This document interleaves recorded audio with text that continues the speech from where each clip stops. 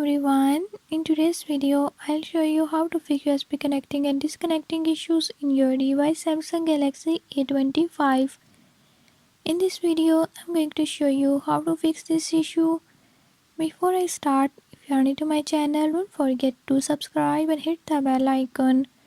Watch complete video and learn how you can do it. Let's watch the video.